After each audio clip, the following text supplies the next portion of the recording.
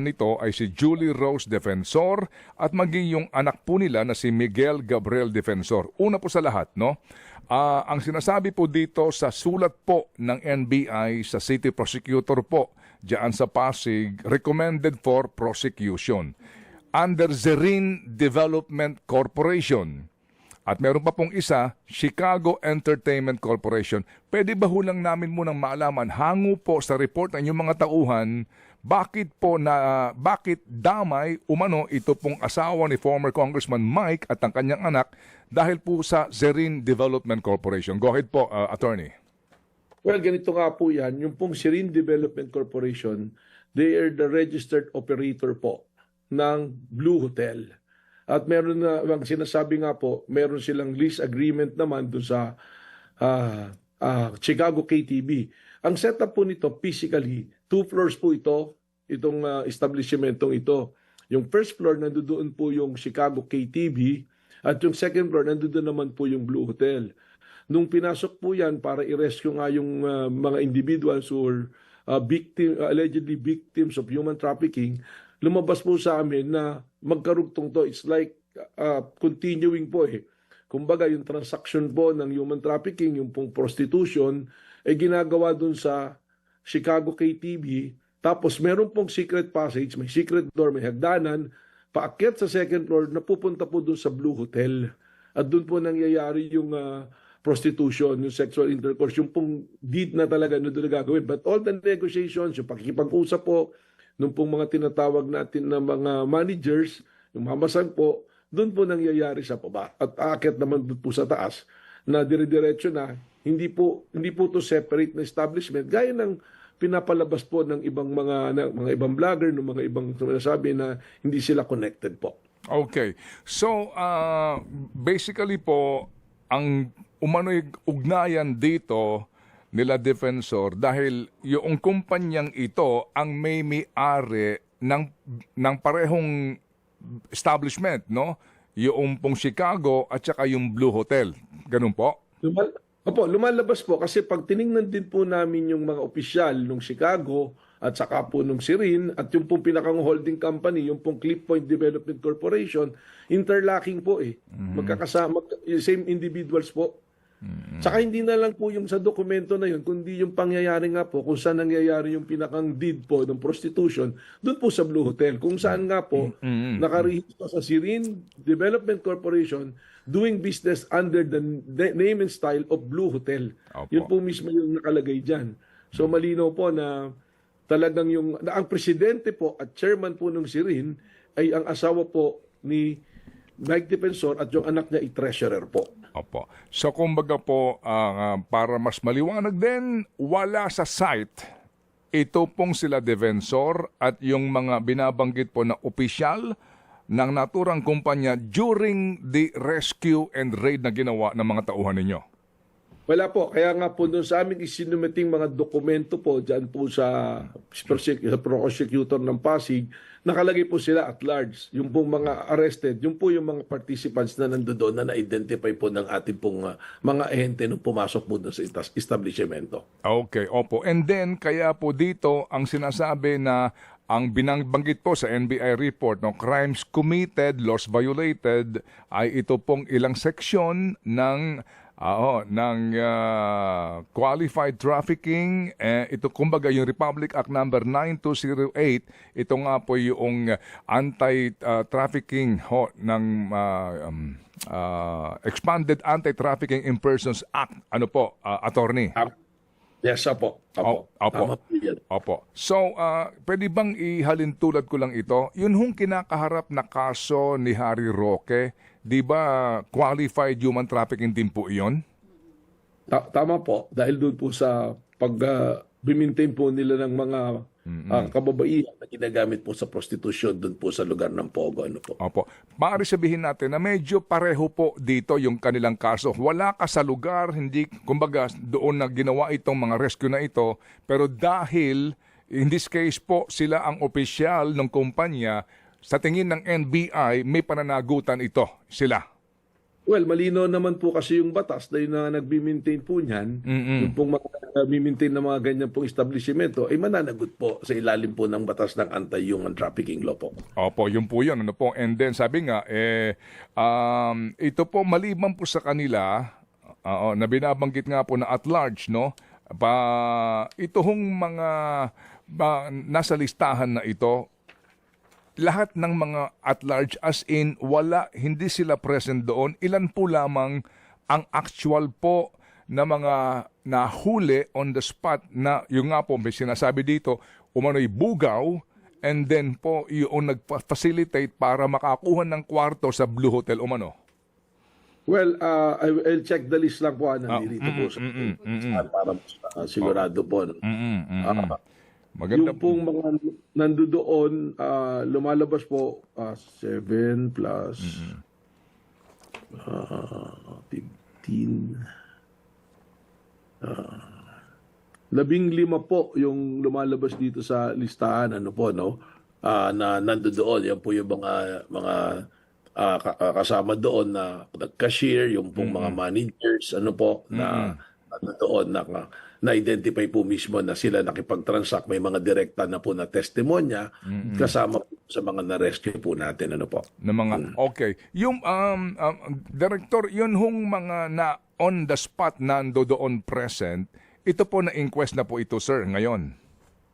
Tama po. Yung pong mga napadala na namin na dokumento at pangalan, doon ng mga pangalan po sa prosecutor, yan po yung na-inquest na noong Friday po.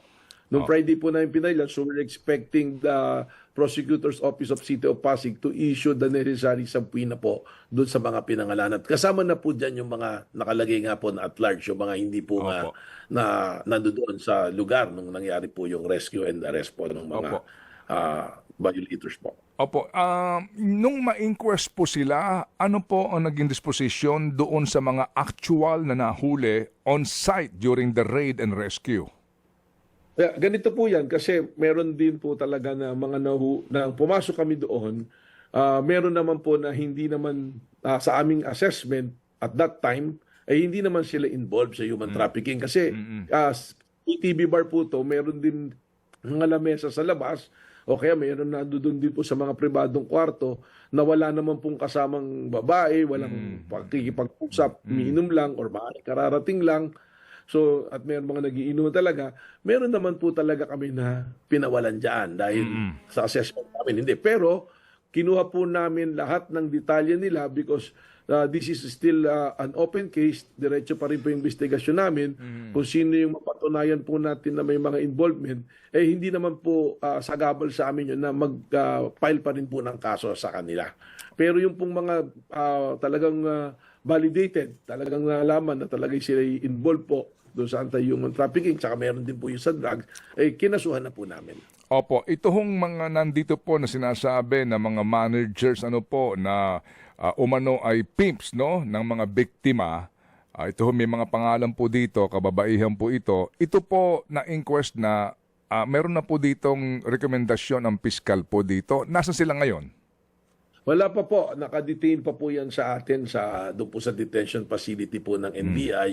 At naghihintay po tayo ng resolusyon ng piskalya. Depende po sa kanilang magiging assessment kung kailangan sampahan ng kaso, sasampu po yan sa Regional Trial Court.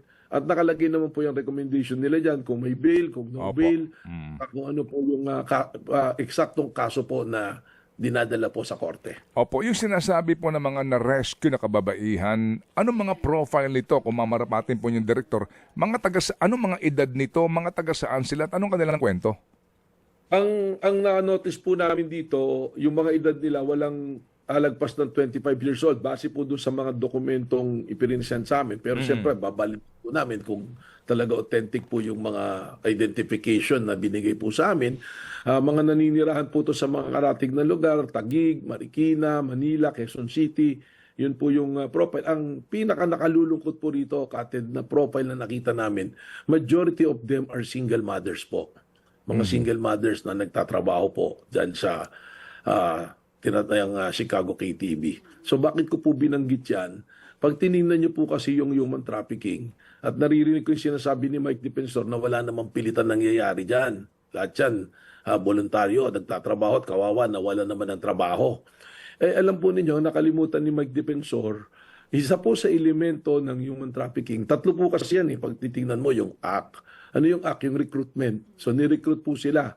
At hindi na po GRO ang tawag ngayon. In-upgrade na, CCA ang tawag na. Customer Care Assistant po ang tawag. So recruitment. Ang susunod po doon yung act. Yung means naman. Ano yung means?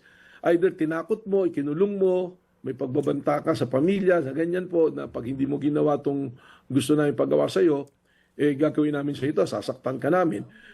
Pero ang nakalimutan po niya ng elemento is yung pag kinukumbinsi mo by promising a bigger pay, o magkaroon ka ng pera, yung machination po, yung deceit, elemento rin po yan, yung po yung miss. At ano po yung purpose? Ang ending prostitution.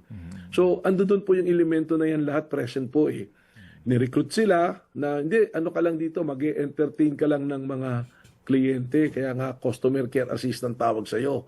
Pero pag nandun na, eto na po yung mga managers, yung mga mamasang na tinatawag, may aquarium po yung na tinatawag, yung may pagpasok mo, may salamin na malaking-malaki na one way yun, nakikita mo yung tao sa loob, makaupo yung mga babae, pinagpipilian po ng mga pumapasok na mga customer, at magtatransact po doon sa mga mamasan. Pag nagkasundo na po, ang gagawin, pupunta muna doon sa private room nila, tapos susunod, aakyat na po doon sa Blue Hotel. At doon na gagawin po yung prostitution nga, yung sexual intercourse po. So, Opo. ganun po yung modus niyan. Opo. So, ba't ko po binanggit, balik po ako doon sa single mother sila. Ibig sabihin, itong pagre-recruit nila, alam nilang gipit sa pera to, at madali nilang makukumbinsi na gumawa ng prostitusyon ng illegal na bagay. That is the very essence of the piniprevent po ng anti-human trafficking law. Yun po yung pinakabuod dito. Kaya po ginawa yan dahil ayaw po ng ating batas na maging biktima yung mga mahihirap natin para po pumasok sa illegal na gawain. Opo. So, Director, yung pong mga kababaihan, ilan po ito ang quote-unquote na rescue? Kasama nga po daw dito sa inyo pong task force, ang DSWD. At sila ho ba'y meron na hong kanya-kanyang sinumpaang salaysay para po patotohanan ang sinasabi niyong modus? 54 po yung ating na-rescue. May mga sinumpang salaysay na po at we can call them back pag kailangan po. At actually, sabi nga, this is a continuing investigation dahil tinitingnan namin kung sino pa yung may mga kinalaman dito. So, kung kailangan, ipapatawag po ulit. At kasama po yan sa aming isinumiting dokumento. Makapal po yung dokumentong isinumiti namin sa prosecutor po ng Pasig City po. Opo. So, sa ngayon po, nasaan itong mga kababaihan na ito? Sino po nagangalaga sa kanila? Sila ho ba'y pinauwi muna? O meron po ngayong, meron sila ngayong, may humahawak sa kanila pong kaligtasan at pangangalaga? Well, we turn over po yung care nila sa CSWD po, yung City Social Worker po, na sila po yung mga social workers natin na professional po na pwedeng mga laga po sa ganyan po na mga sitwasyon po sa Pasig po. Kaya nga maganda po, binanggit nyo yan kasi sinasabi po na frame up ito, na ito yung smokescreen sa politika. This is coordinated to the local government of Pasig. Sila po yung tumulong sa amin dito, and ang manifestasyon nga po niyan ay binigyan kami ng marami po yung pinadala sa aming social worker to assist us para po dun sa sa pag-evaluate. At coordinated din po to sa Barangay Ugong. Ando dun po yung ilang barangay officials para po mag-assist rin po sa amin. At nag-imbita rin po kami ng media dyan at mga naka-bodycam naman po yung aming mga ahente nung pinasok po yung establishmento po. Opo. Sir, yung nga po, no, kasi ang sinasabi po dito, nangyari daw po ito noong April 21, yung actual po na raid, hindi po ba Director, no? April 21. Opo. At Tuesday po. Opo. April 21, yan po ay araw ng Martes, no? Tapos, yung balita po ay pumutok Friday na. No? Yun po yun. Yung Friday lang ho Friday ko lang po nalaman ng aming team.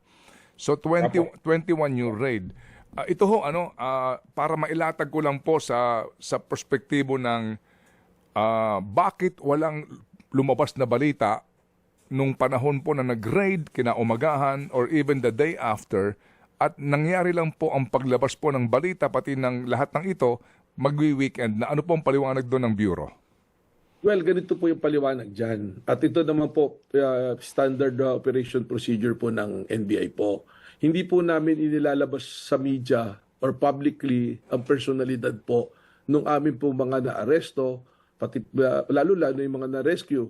Kasi po, hanggat di po nai-inquest, hindi nasasampahan ng kaso, we value their privacy. Ayaw din po namin mag-violate ng data privacy kasi napakahirap naman po kung ilalabas namin lahat ng pangalan ng mga ni-raid, ng mga nahuli, nang hindi pa po malinaw ang kaso. Nandun po kami sa period ng case bill at mahirap po yung trabaho ng NBI. Isipin niyo po, ilang araw pagka-raid, there is a certain period of time to file a case. Otherwise, we will be accused of illegal detention.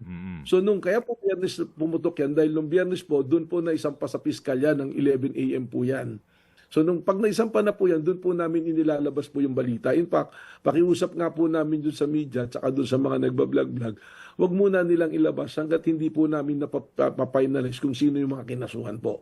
Sa lahat po ng kaso yan, hindi lang po dyan sa yung sa nangyari na to. Kung mapapansin po ninyo, siguro kaya napansin po ninyo ngayon na bakit ganun, dahil yung mga sensationalize yung ibang mga kaso. Pero if you will check on the records po, lahat po ng aming inilalabas sa media ay pagka po namin pong na-inquest na po. Kahit po yung halimbawa, meron po kaming raid na i-picture, yung mga pangalan, wini-withhold po namin until such time na na-inquest na po yung mga tao po. Okay. Dalawa lang po itong aspeto, mga kapatid, para po din, ito, nandyan po ating kaharap si Direktor. Dalawang aspeto po, no? Kasi nga, kaisipan na kung gusto talaga po na, kumbaga, agad nang paputokin ito na balitang ito, maglilik ka agad yung balita, even a few hours after the raid, no? Kung gusto mong meron kang sisiraan, 'di ba? Papuputokin mo kaagad ito. So, habang wala pang opisyal na pahayag ng NBI, uugo na yung balita, ganun na po ito. Pero hindi ko alam sa iba, pero kami po, weekend na, Friday na po ng tanghali namin nalaman tong balitang ito. Sa pangalawang banda naman, sa kalawang aspeto naman, sinasabi po ng iba na si Mike Defensor, kung may ganitong uri ng negosyo, hindi ba niya alam na kung ganyan ang negosyo mo, alam mong na may umano'y ginagawang mali, bibira ka sa gobyerno, para bagang wala sa common sense, no? Kung meron kang gantong mga sinasabing illegal, definitely mag-iingat ka. Ganun pong dalawang kaisipan niya, na para bagang gagawin ba nila Defensor ito, kung ganyang illegal ang operasyon ng kanilang establishment, ng kanilang kumpanya, tapos bibira ka sa gobyerno ng ganong kabibigat na mga aligasyon. Well, tama po yan. Dalawang side nga po na pinipresenta nyo. Pero alam po ninyo, when we look at the history nitong lugar na ito, nagpalit na po ito ng pangalan eh. Ang pangalan po nung Chicago KTV, Bineto Luna. At ang pangalan nung club ng Bineto Luna, at doon din po nandoon. At ganyan na pala yung talagang modus niyan. In fact, kaya nga po hindi kagad pumutok. Dahil nung pong aming iniimbestigahan yan, hindi naman namin nakita na ang pangalan ng may-ari nung si Rinhe, yung asawa niya. Katunayan, ang alam lang po namin, it is situated in Cliff Point Square, na pag-aari ng Cliff Point Development Corporation. Yun, honestly, alam namin po na yung Cliff Point Development Corporation, ang pagmamayari po niyan ay si Mike Defensor. Kasama po siya dyan. At in fact, may mga holding company, ang Pax Liberia Mining, yung po yung pinakamalaking share, pero yung Pax Liberia Mining po na yun, kay Mike Defensor din.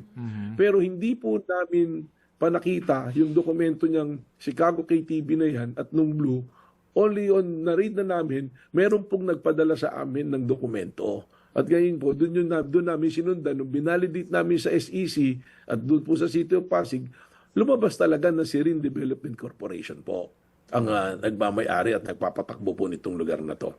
So, doon po lumalabas yan. Yung sinasabi po na ikaw si Mike Defensor, kung alam mo nang may illegal ka, ba't bira sa gobyerno?